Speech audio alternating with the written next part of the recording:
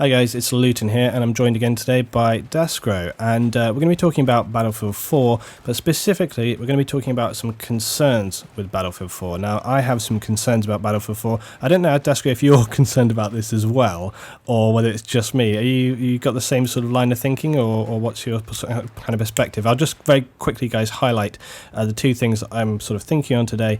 One is the Commander mode. Is it too powerful? Does it give too much power to the commander and a team that maybe is, capping multiple bases or whatever it is that they're doing there? And, does having a bad commander really, really debilitate your team? The other thing we're going to be looking at is the squad perk system. But Daskro, first up, commander. What's your overall thought, having actually played and experienced it? Do you feel that it's too powerful? Does it give too much power to one person, especially when, for example, let's say you're in a 6-base situation, your team has capped 4 bases. Does that give your team too much power?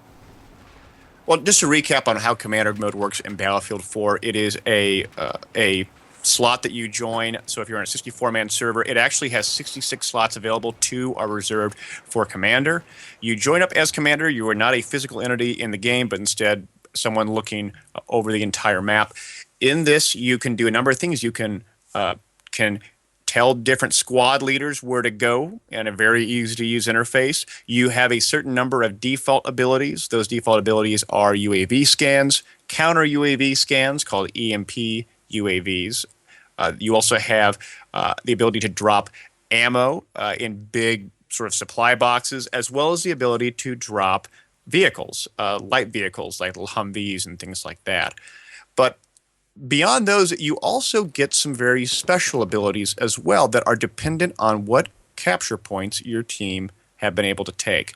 So as an example, on E3 at the Siege of Shanghai map, if you were to cap Charlie Point, you would get a Tomahawk missile. And if you were to cap Bravo Point, you were to get an infantry scan, which is different than a UAV in that it's sort of a one-time scan, sort of like watching a copier operate that light going from left to right over the screen. And if there's any guys on that line as it progresses, they light up temporarily. And these special abilities are a big deal. They can give you a big advantage depending on if you know how to use it. And the real issue behind this is that if you have a competent set of squad leaders and a competent commander, and you're all working together, and you're all giving commands to one another and requesting for support and capping those points, the commander will be able to get a lot of additional abilities. And the efficacy of these abilities is still in the pre-alpha stages, so we have to be careful on assuming how powerful or not powerful they are. But I think that there are some legitimate concerns with it. Well, I think, let me just say as well, like you say there's pre-alpha, so we're far away, really. I mean, some people would say it's close, but we are far away from the final product. But I think that is the important point, and that is why I wanted to discuss this today, is that we're far enough away that they can actually still make changes. They could tone it back a little bit if they wanted to. They could reduce some of the powers that the Commander mode has. And like we say, my real worry is that, we know already that many games, many servers end up in a steamroll situation on public servers, all right? When you have a team that is just imbalanced, the server admin maybe doesn't care, or maybe he's not even there, because as we know, server admins don't play 24/7, so you might end up on a server which just is horrifically imbalanced. Now, right now it's bad enough, but you've got a commander with all these extra abilities, Tomahawk missiles, AC-130s. Now, they've said that they're going to tailor the commander modes to specific maps, so some maps may have certain attributes and some may not, dependent on how useful they're going to be, or perhaps maybe how powerful they would be on certain maps. So they are keeping that in mind. It's good that it's not just default for every single map that you play, but I think it is a genuine concern that already we see many games which are very, very one-sided, and I think that this is just going to, I can't see how this is going to balance it back the other way, other than, perhaps if you have a really awesome commander on the team that's getting handed out, maybe he can try and, maintain the balance if the commander on the other team wasn't very good. But overall, I don't really think that that's going to be the way it goes. For me personally, I'm very worried about it. I'm excited, and I love the fact that commander mode is back. It's great. It's fantastic for someone like me because I love that kind of thing. Loved it in Battlefield 2. I love the fact that you can really have this tactical input to the people on the ground. You can really, really support them in an intelligent sort of overviewing kind of way, and you can maybe give people objectives that, you know, maybe they're just not thinking about it when they're in the game. But on the flip side, I am very concerned about how powerful it is, to the point that I could potentially make the game broken. I think I need to say it like that, because I just think it can give so much power to the commander, and I think it really could make games even more one-sided than they already are. But Daskro, go on. I think that in its current rendition within the alpha, I'd have to agree with you. But I think that much like how they had changed the vehicle and infantry attributes within this alpha for sake of presentation, that they accelerated a number of the abilities within Commander mode to show it off. For instance, the Tomahawk missile within the alpha regenerated every 15 seconds or so, which was a really fast turnaround. In Battlefield 2, an arty strike, which for all intents and purposes does the same thing the Tomahawk missile does, had a refresh of 90 seconds. Yeah. I imagine that what we're going to see in the real game is the offensive abilities, namely the gunship and the Tomahawk missile, will be curtailed to the point where they are weapons that have to take some reload time in order to use. And further, with the Tomahawk missile, if you only shoot it every 90 seconds, I don't think it's going to have a substantial impact on the battle. No. But if you're shooting every 15 seconds, it most certainly will, because it just gives you more opportunity to blow dudes up. Same thing with the AC-130. On the other hand, the more intel-focused abilities, such as the IFV, the infantry scan, the UAV scan, the EMP scan, those are going to be helpful to some teams, but I think it only is going to be helpful to teams that already are going to be playing the objective anyway. And yeah. I would argue that if you have a team of competent players that know how to use the intel that comes from the commander to them, know how to follow orders, they're going to be able to beat the other team regardless of whether or not the commander gives them that intel, because it requires sort of an innate ability to work as a squad and play the objectives. And actually, going to your next question, this ties in really well, and it's very similar in nature. Because of how the squad perks operate in Battlefield 4, you have to work together as a squad in order to gradually level up your squad perks to the point where you can then get all four. Yeah. It takes a long time to get them, at least in this alpha stage, and we don't know what it's going to look like in the future. But if you can imagine that if you get a lot of points for following what the commander says as a squad leader, and your squad follows your commands as a squad leader, then what you may end up having is that a gang of competent players may be able to level up their squad perks a whole lot faster. Now, is that a big deal in of itself? I don't really believe so, only because if you take a group of vanilla players versus a group that has all those squad perks combined, it may give them a slight advantage. However, I think this is tempered by the fact that you will lose all your squad perks if your squad gets wiped. And to me, that provides a tremendous disincentive, because currently there is no disincentive in Battlefield 3 to not play aggressive. If you're not playing aggressive, you're not playing the game right. And I know some of you may say, well, wait a minute, I love playing recon, or I love playing support and hold the point. That may work for you, but if you want to win the game, if you want to go, if you don't care what gun you use, you don't care what class you use, you just want to win, you're going to play super aggressive. And so this provides a great disincentive to actually put more viability into players that want to play a little more on the defensive. I have to say, it kind of worries me actually for that exact reason, because when I play, I generally am the person playing super aggressive. You know, I run so hard at the MCOM. I'm often on the MCOM before the defenders have even prepared to set up any kind of defense, and it's armed and ready. Meanwhile, I turn around, where's my team? They're like still back like 200 yards away from me, and that is generally the problem. I actually find that in most games that I play, the teams and the people that I play with are too defensive. They just don't move up. I mean, they couldn't get more of an exact situation than the game I played last night, but I won't go into that now. But I'm slightly worried as well about this. I'm worried about this as well because I feel that it's going to, again, benefit squads that play very, very cohesively and just make them even stronger than they already are. Again, you might sort of say, well, that's good. You're benefiting people who are actually playing the game as properly. You could argue that they should. Again, I don't disagree with that. And actually, for me as a player, it's probably going to benefit me because the kind of people that I play with, the guys that I play with regularly, when we're in a squad, that's how we work together. We tend to keep each other up. We work, we stay together, we play for the objective. And so, for me as a player in my general games, it probably will benefit me. But I'm thinking more overall for everybody. I can see that in many, many situations, it's going to be sort of a bit of a downer. On the other hand, like you said, the squad perks are not the be-all and end-all. Having a full set of squad perks, for sure, it's going to give you an edge, but it's probably not going to make you superhumans that can just be invincible.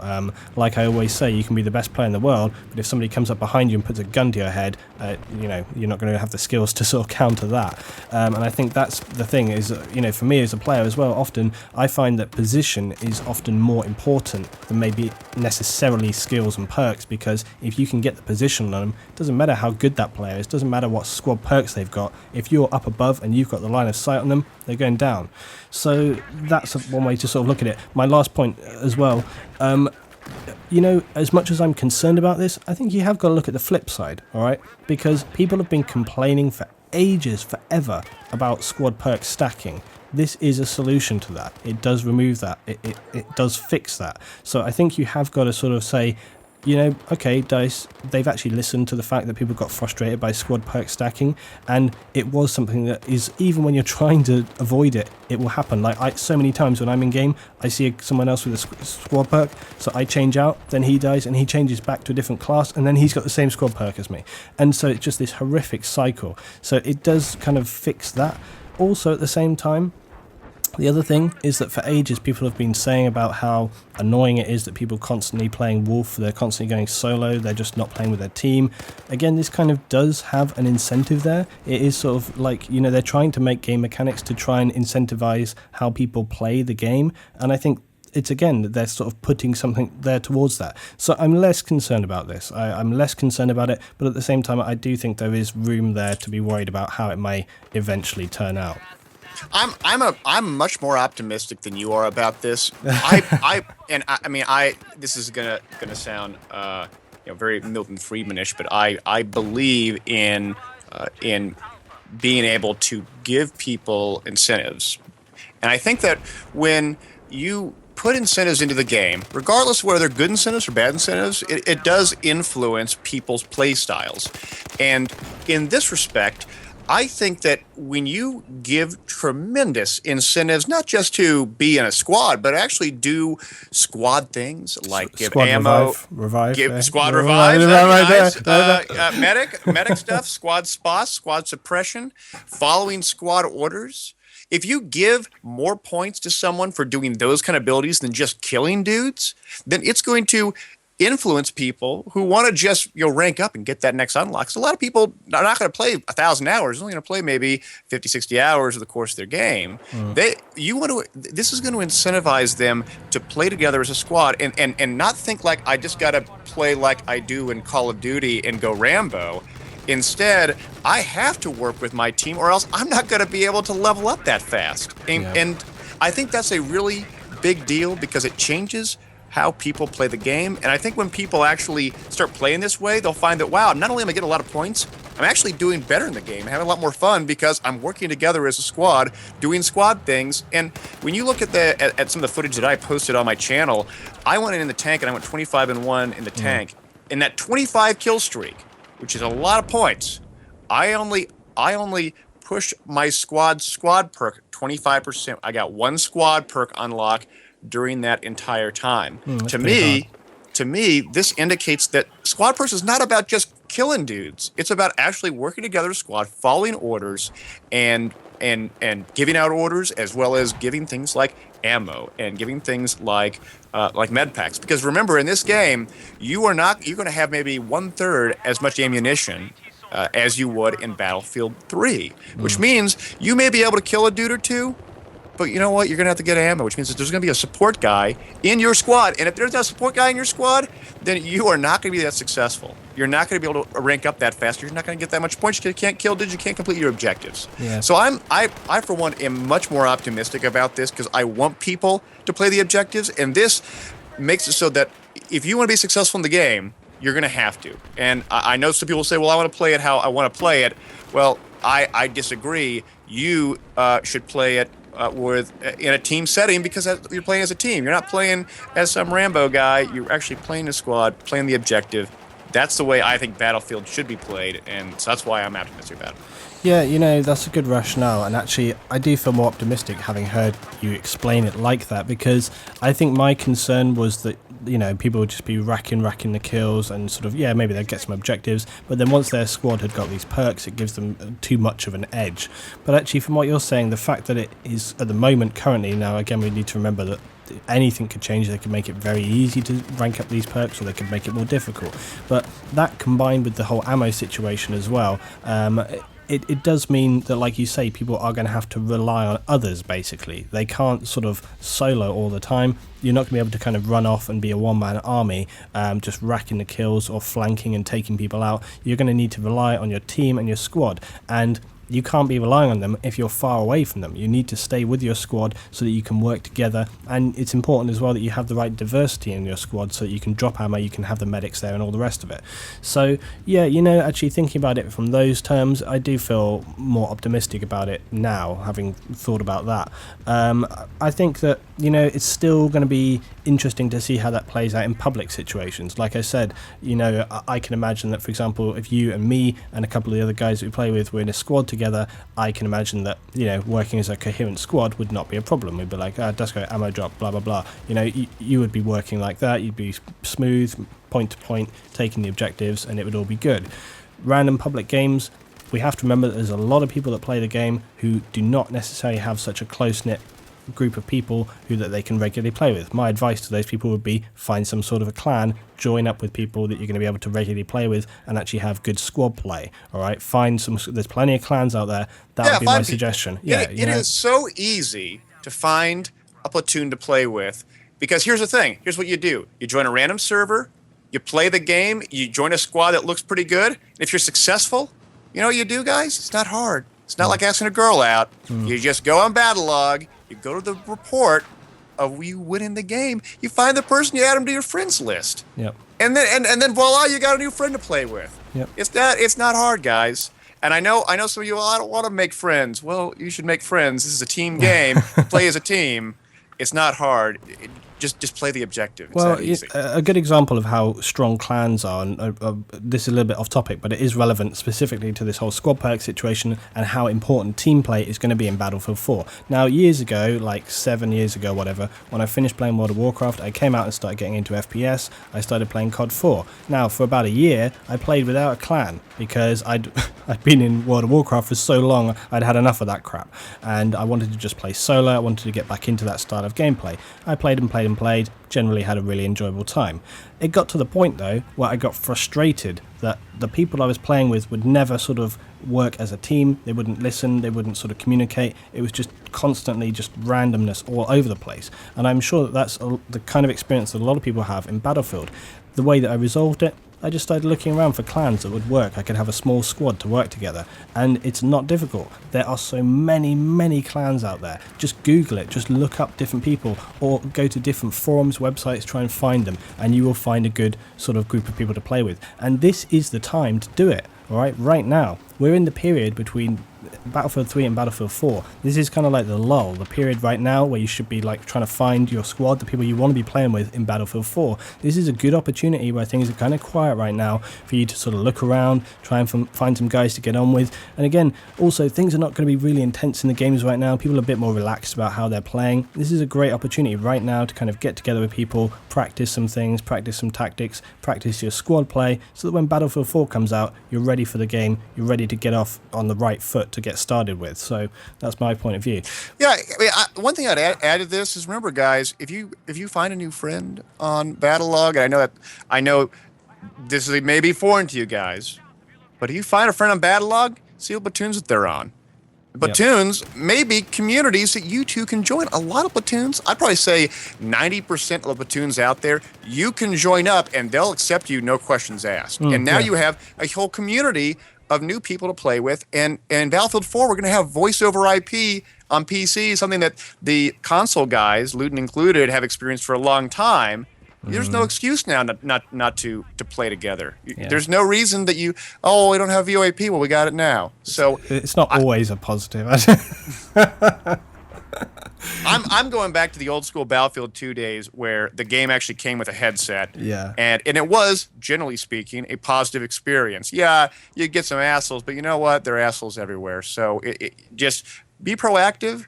If you get your feelings hurt, you find another platoon, you find new friends. This is a huge community of players, and I guarantee you that there is a community for your play style and your skill set and your time dedication, and you're going to have a good time doing it. Definitely.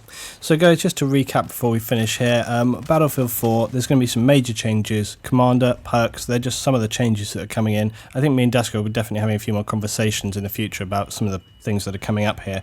But we're very interested, and I am specifically, to sort of hear your thoughts about Commander and the squad perks. Do you think that they're going to be dangerously game-breaking? Do you think that they're going to be having a positive influence in the game? Are you just happy to see some quite interesting, innovative changes, and the fact that they've listened to people and they're bringing back, they're feeding off of the content of the community? I think that's one of the strengths that I've seen so far in Battlefield 4, is that they really, really have listened to people. They have looked at what people have said, they've looked at what people wanted, and they've tried to make the changes appropriately to make those successful features in the game. Thanks for watching today, guys. We'll have some more content coming up very soon about Battlefield 4 and its surrounding topics. See you next time.